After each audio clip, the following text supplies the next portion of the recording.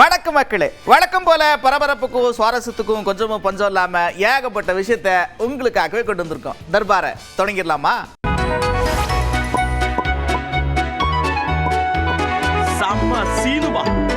தேர்தல் நெருங்க ஏகப்பட்ட விஷயங்கள்லாம் வெளியில வந்துகிட்டே இருக்கும். இப்போ ஒரு சுவாரஸ்யமான விஷயத்தை முன்னாள் அமைச்சர் எஸ்பி வேலுமணி சொல்றார். என்ன தெரியுமா? இந்த மிக்சி, ஃபேனு, டிவி அந்த காலம்லாம் ஞாபகம் இருக்குல்ல, அதுல 2 ஜார் எப்படி வந்துச்சு, அதனுடைய பின்னணி என்ன அப்படின்னு ஒரு சுவாரஸ்யமான கதையை சொல்லியிருக்கிறார்.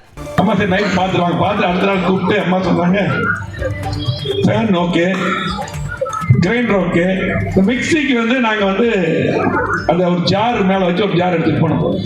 இதெல்லாம் இது கம்மியாக அரிசி போட்டு அரைச்சு மாவு அரைச்சு எல்லாம் பண்ணிக்கலாம். இதுக்கு இன்னொரு ஜார் வேணுமா, சட்டி இருக்கிற அந்த ஜார் எங்கன்னு கேட்டாங்க. அப்படி நோட்டு அப்புறம் பாத்தீங்கன்னா எங்களுக்கு பார்த்து புரியல. அதுக்கப்புறம் அந்த இன்னொரு ஜார் வாங்கி பார்த்தீங்கன்னா 2 ஜார் இன்னொரு ஜார் வேணும்னு சொல்லி போட்டு வாங்கி கொடுத்தாங்க. அம்மா கொண்டு வந்து சேர்த்துட்டு அதை கொடுத்தோம். ஆகவே இப்படி பாத்தீங்கன்னா தாய்மார்களுடைய கஷ்டத்தை பார்த்து செய்த தலைவி புரட்சி அம்மா அவர்கள். அடுத்ததா நாம் தமிழர் கட்சியின் தலைமை ஒருங்கிணைப்பாளர் சீமான் காரைக்குடியில போட்டியிடுறாருன்னு அறிவிச்சாச்சு. அது மட்டுமா, தமிழ்நாடு முழுக்க 234 தொகுதிக்கு வேட்பாளர்களை களத்துல இறக்கி வேட்டை ஆரம்பிச்சிருக்கிறாங்க.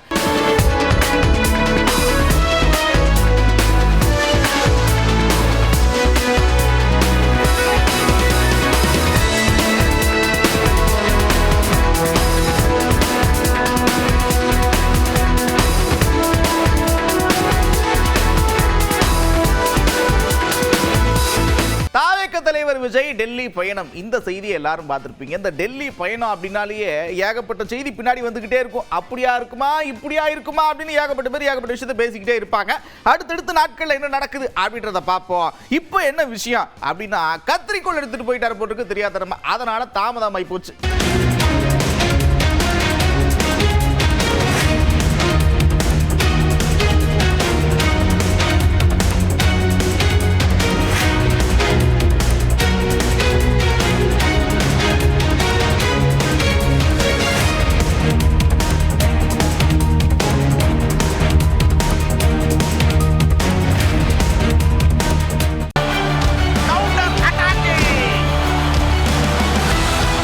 சமீப காலமா ரொட்டேஷன்ல போய்கிட்டே இருக்கு ஒரு செய்தி, எல்லாரும் பார்த்திருப்பீங்க. தாவேக, பாஜக, அதிமுக கூட்டணி அமைக்க போறாங்களா அப்படின்ற கேள்வி கேட்டுக்கிட்டே இருக்கிறாங்க. அந்த சைட்ல இருந்து ஏகப்பட்ட பதில் வந்துகிட்டே இருக்கு. அப்படிதான் பாஜக மாநில தலைவர் நயினா நாகேந்திரன் என்ன தெரியுமா சொல்றாரு, அதை பத்தி எனக்கு அவ்வளவு விவரம் தெரியல அப்படின்னு சொல்றாரு. இல்ல, அது பத்தி எனக்கு ஒண்ணும் தெரியாது. உங்களுக்கு தெரிஞ்ச அளவு கூட எனக்கு விவரம் அதுல இல்ல. விஜயை பாஜக மிரட்டி சிபிஐ விசாரணைக்கு என்று அழைத்து கூட்டணிக்குள் இணைப்பதற்கான முயற்சிகள் நடப்பதாகவும் எதிர்கட்சிகள் தொடர்ந்து சொல்றாங்க. பாஜக விஜயோட பேச்சுவார்த்தை ஏதேனும் நடக்குதா? உங்களுக்கான விருப்பம் இருக்கா? எதிர்கட்சிகள் என்ன வேணாலும் சொல்லலாம். இப்ப எதிர்கட்சிகள் சொல்றது பூரா என்ன சொல்றாங்க, அவளும் பொய்யை தான் சொல்றாங்க. பொய்யிலே பிறந்து பொய்யிலே வளர்ந்த புலவர் பெருமான் ஒரு பாட்டு, அவ்வளவு பேரும் பொய்யை தான் சொல்லிட்டு. இல்ல, அதை பத்தி நான் ஒன்னும் கருத்து சொல்ல முடியாது. நான் என்னை பொறுத்த மட்டும் இதுவரையும் எனக்கு எந்த விதமான கருத்தும் என்னுடைய இல்லை. அதாவது அவர் டெல்லிக்கு போறது எதுக்காக உங்களுக்கு தெரியும். இது முதல் முறை போல கரூர் நடந்த சம்பவத்துக்காக அவங்க போயிட்டு இருக்கிறாங்க. அதுக்கு அதையும் நீங்க இணைத்து பேசுவது என்பது அது இப்ப எந்த வேலை இருக்கு? என்னங்க திரும்ப திரும்ப அதே கேள்வி கேட்டுக்கிட்டு இருக்கிறீங்க? நாங்கெல்லாம் ரொம்ப ஸ்ட்ராங்கா இருக்கிறோம், வலிமையா இருக்கிறோம். நாங்க யாரையும் நம்பி இல்லை. அதாவது கூட்டணிக்கு போடுமா வேணாமான்னு கூட்டத்தை கூட்டி கருத்தெல்லாம் கேட்டாங்கல்ல, அவங்க கிட்ட போய் கேட்கறத விட்டுவிட்டு எங்க கிட்ட கேட்கறீங்களேங்க அப்படின்னு சொல்றாரு அண்ணாமலை. ஆனா இன்னைக்கு என்னுடைய கருத்து, எங்கள் கூட்டணி பலமா இருக்கு.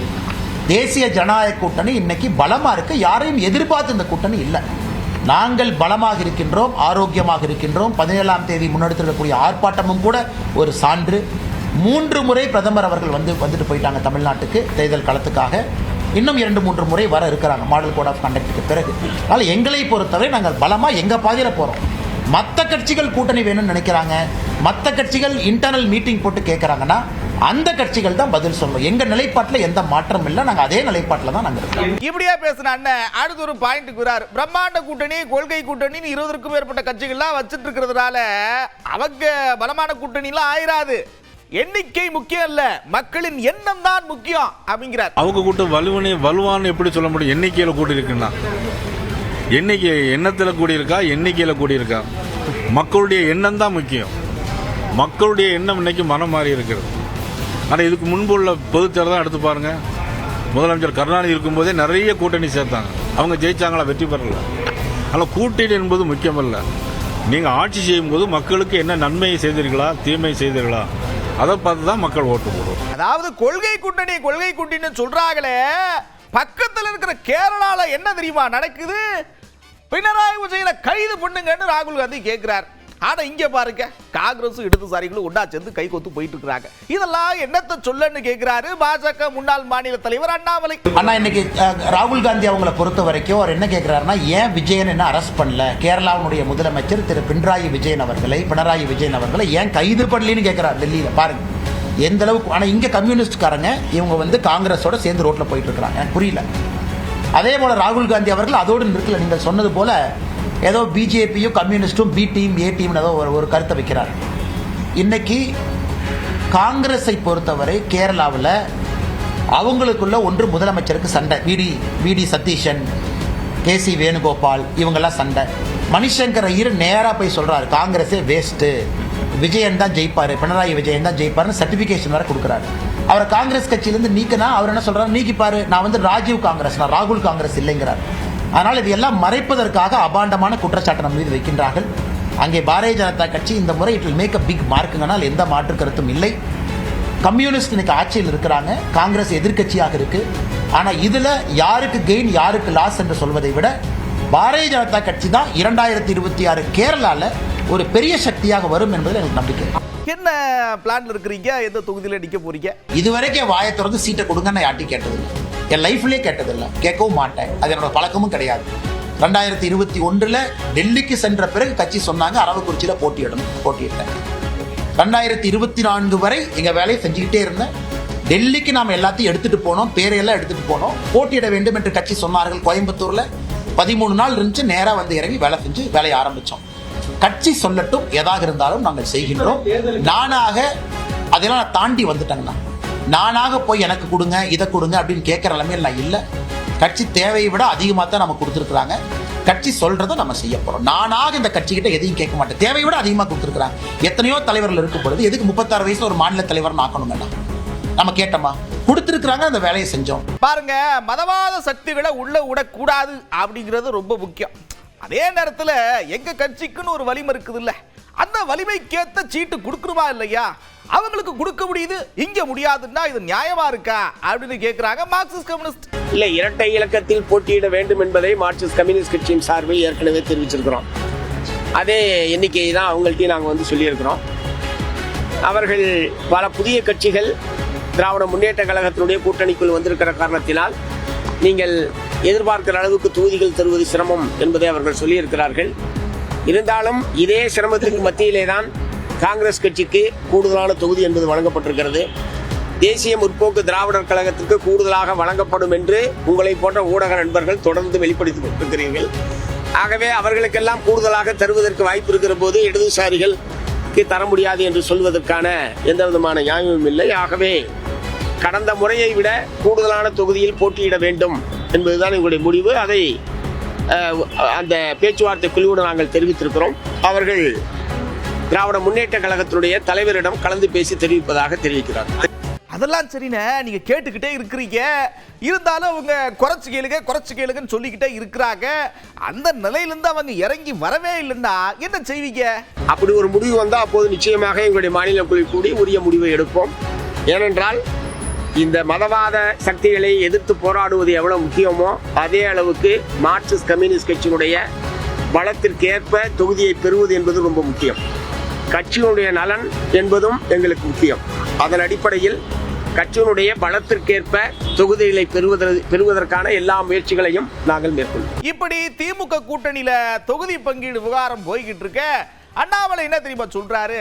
எங்க காங்கிரஸ் ஒண்ணுமில்லாத காங்கிரஸுக்கு நீங்க 3 சீட்டை உயர்த்தி கொடுக்குறீங்க. கம்யூனிஸ்ட் கட்சிக்காரங்க நாங்க இவ்வளவு கஷ்டப்படுறோம், எங்களுக்கே நீங்க சீட்டை கொடுக்க மாட்டீங்க, நாங்க ஏத்துக்க மாட்டோம். அண்ணன் வைகோ அவர்களுக்கு ரொம்ப கஷ்டப்பட்டு அன்னைக்கு சிரிக்கிறார். வைகோ அண்ணன் 4 தொகுதிகள் அப்படிங்கிறாரு. இது எப்படி இருந்த வைகோ அண்ணன் எப்படி ஆயிட்டார்? எப்படிப்பட்ட ஒரு மனிதர், எத்தனை தொகுதியில் நின்றவர், தமிழ்நாட்டு அரசியலே மாற்ற வேண்டும் நினைத்தவரை எனக்கு சீட்டை எல்லாம் குறைச்சு அந்த 4லையும் அடுத்து சொல்றாரு 3 உதயசூரியன் சின்னம், 1 எங்கள் சின்னம். எனக்கு வைகோ ஐயாவை பார்க்கறதுக்கே ரொம்ப கஷ்டமா இருந்துச்சு. நம்ம கொங்கு கட்சி இந்த பகுதியில் நிற்கக்கூடியவங்க 3 கம்பீரமா 3 சீட்னு இருந்தாங்க. இன்னைக்கு அவங்களே 2 சீட்ல உட்கார வச்சிருக்காங்க. அதனால இன்னைக்கு அந்த கூட்டணியிலிருந்து தலைவர்கள் வெளியே வருவதை நான் பார்க்கிறேன். ஏன்னா திருமாவளவன் அண்ணன் இன்னைக்கு என்னை பொறுத்தவரை திருமாவளவன் அண்ணன் கண்டிப்பா இவங்களுக்கு ஒரு 6 சீட்டுக்கோ 7 சீட்டுக்கோ அவர் ஏத்துக்கு போறது கிடையவே கிடையாது. ஆனால் திருமாவளவன் அண்ணன் கண்டிப்பா அசமாதானத்தில் இருக்காங்க, கம்யூனிஸ்ட் அசமாதானத்தில் இருக்கிறாங்க. அவங்களாம் என்ன பண்ணுவாங்கன்னு தெரியாதுங்களா, வெளியே வந்து வேற கூட்டணிக்கு போறாங்களா தனியா நிற்கிறாங்களான்னு தெரியாது. அவர்களோடு இத்தனை காலமா பயணம் பண்ணவங்களுக்கு 2 சீட்டு 3 சீட்டுன்னு குறைக்கும் பொழுது எந்த விதத்துல நியாயம்னு தலைவர்கள் கேட்கிறாங்க. அதனால கூட்டணியில மாற்றம் வருமான்னு கேட்டீங்க, வருவதற்கான வாய்ப்பு இருக்கு. ஏன்னா திமுகவினுடைய கூட்டணி நம்ம பார்த்துக்கிட்டு இருக்கோம், உள்ள இருக்கக்கூடிய சலசலப்பை பார்க்கிறோம். தேர்தல் எப்பொழுதுமே நெருங்கும் பொழுது ஒரு ஃபைனல் ட்விஸ்ட் எப்பவுமே தமிழக அரசியல் இருக்கும். தமிழக அரசியல்ல எல்லா முறையும் தேர்தல் ஜஸ்ட் டிக்ளேர் ஆகிறதுக்கு முன்னாடி ஒரு ஃபைனல் ட்விஸ்ட் இருக்கும். இந்த டைம் என்ன ட்விஸ்ட்னு பொறுத்திருந்து பார்க்கலாம். சரிண்ணே, என்னதான் ட்விஸ்ட் இருக்குன்றத பொறுத்திருந்து பார்ப்போம். அடுத்து இந்திய கம்யூனிஸ்ட் இருக்கிறாங்கல்ல, அவங்களும் தொகுதி பங்கீடு தொடர்பாக பேசிக்கிட்டு இருக்கிறாங்க. அவங்களும் ஏகப்பட்ட தொகுதியை கேட்கிறாங்க போல் இருக்கு. அது சம்பந்தமா அண்ணன் என்ன தெரியுமா சொல்றாரு பாருங்க. நாங்கள் கேட்டது கூடுதலான தொகுதி, கடந்த முறை 6 கூடுதலான தொகுதியை நாங்கள் கேட்டோம். அதிக கட்சிகள் சேர்ந்திருப்பதால் நீங்கள் ஒன்றை குறைத்துக் கொள்ள வேண்டும் என்று அவர்கள் முன்மொழிகிறார்கள். நாங்கள் ஏற்கனவே இருந்த இடத்துடன் கூடுதலாக தர வேண்டும் என்று அவர்களிடம் மீண்டும் மீண்டும் முன்மொழிகிறோம். பேசுவோம். எங்கள் கூட்டணியில் உரையாடல் செய்வதற்குரிய ஜனநாயக இடம் இருக்கிறது. எனவே அந்த வகையில் பேசுவோம், முடிவை எட்டுவோம். பிஜேபியை வீழ்த்துவதுதான் எங்கள் முதல் குறி. தமிழ்நாட்டில் பிஜேபியை வீழ்த்தி இந்தியாவிற்கே ஒரு திசை காட்ட வேண்டும். பிஜேபி அதிகாரத்தில் நீடிக்க கூடாது. அதாவது எண்ணிக்கை இல்லப்பா முக்கியம். ஒரு கட்சிக்கு எத்தனை எம்எல்ஏ இருக்கிறாங்க, எத்தனை நாடாளுமன்ற உறுப்பினர்கள் இருக்கிறாங்க, அதெல்லாம் தீர்மானிக்காது. மக்களுக்காக களத்துல நின்று அரசியல் பண்றோமா இல்லையா, அதுதான் முக்கியம்னு அடிச்சு சொல்றாரு அண்ணன் வீரபாண்டியன். அரசியல் வெறும் இடங்களில் இல்லை, சட்டமன்ற நாடாளுமன்ற எண்ணிக்கையில் இல்லை. அது உழைக்கும் மக்களின் உரிமை போரில் இருக்கிறது. நாட்டின் இறையாண்மையில் ஒற்றுமையை காக்கிற இந்த மகத்தான போரில் இருக்கிறது. எனவே எங்களை சட்டமன்ற நாடாளுமன்ற எண்ணிக்கை வைத்து பிற கட்சிகளுடன் ஒப்பிட்டு கேள்விகளை எழுப்புவதை தவிர்க்க வேண்டுகிறோம். எந்த கட்சியும் நாங்கள் கடந்து செல்லவில்லை, பிஜேபியை தவிர. சிறிய கட்சியோ பெரிய கட்சியோ அனைத்து கட்சியும் நாங்கள் மதிக்கிறோம், கொள்கை அளவில் எங்களுடன் உடன்பட்டால். எனவே அந்த வகையில் இடங்களை வைத்து எங்களை மதிப்பீடு செய்ய வேண்டாம் என்று உங்களை கேட்டுக்கொள்கிறோம். தேசத்தின் நலனுக்காக, உழைக்கும் மக்களின் நலனுக்காக, பன்முகத்துக்காக, இறையாண்மைக்காக எங்கள் போர் தொடரும். அப்புறம் அண்ணன் செல்வ பிறந்தக என்ன தெரியுமா சொல்றாரு? இப்ப கூட அரசியல் புரசலா ஒரு செய்தி வந்துட்டு இருக்கு, இவர் அங்க சேருவாரு, இவர் அந்த கூட்டணிக்கு போவாரு. இதுக்கெல்லாம் காலம் தான் பதில் சொல்லணும். இதை நாங்கள் ஏற்கனவே தீர்மானித்தோம். என்ன தீர்மானித்தோம்? இனம் இனத்தோடு சேரலாம்.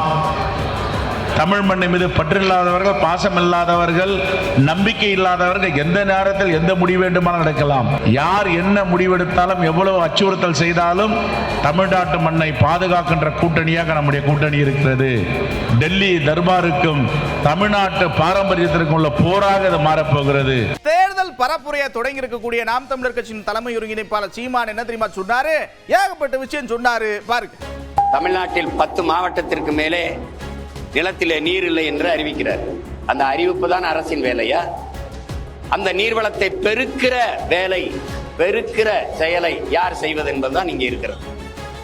முன்னாடி நிற்கிற உங்கள் மகன் உங்களிடமிருந்தே வந்தவன். நான் இந்த நாட்டை ஆள வேண்டும் என்று வந்தவன் அல்ல, எல்லோரையும் போல என் மக்கள் உரிமை பெற்று பாதுகாப்பாக வாழ வேண்டும் என்று வந்த பிள்ளை. பதவிக்காக வந்தவன் அல்ல, மக்களின் உதவிக்காக, பணத்திற்காக வந்தவன் அல்ல. நான் பிறந்த பெருமை மிக்க இனத்திற்காக வந்த மகன்.